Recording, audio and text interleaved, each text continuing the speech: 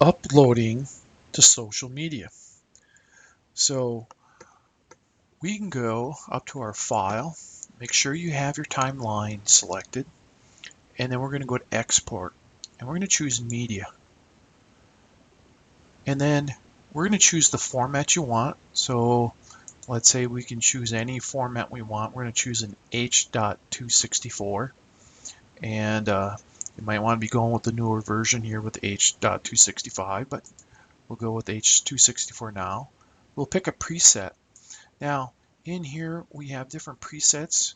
We have Adobe stock, we have Twitter, YouTube, etc. Or a mobile device.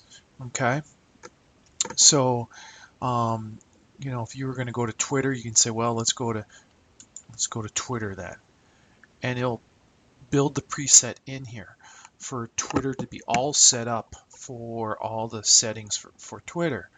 Now, when we come over here, we have all the summary here. Make sure you have the export and for audio and video.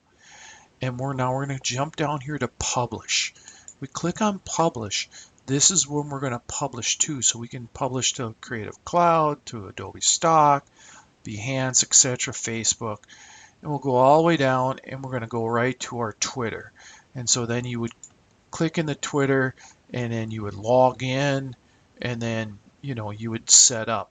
This would set you up.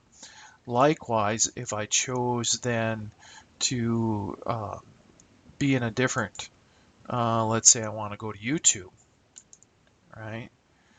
I go to YouTube, I come down here to publish, I would come down into YouTube, say okay, check on YouTube, I would sign in, I'd pick which channel it is, what playlist I want, what the title, the description, what my privacy, I'll set all my tags, all the stuff you would normally do in YouTube, then you can set that all right from here.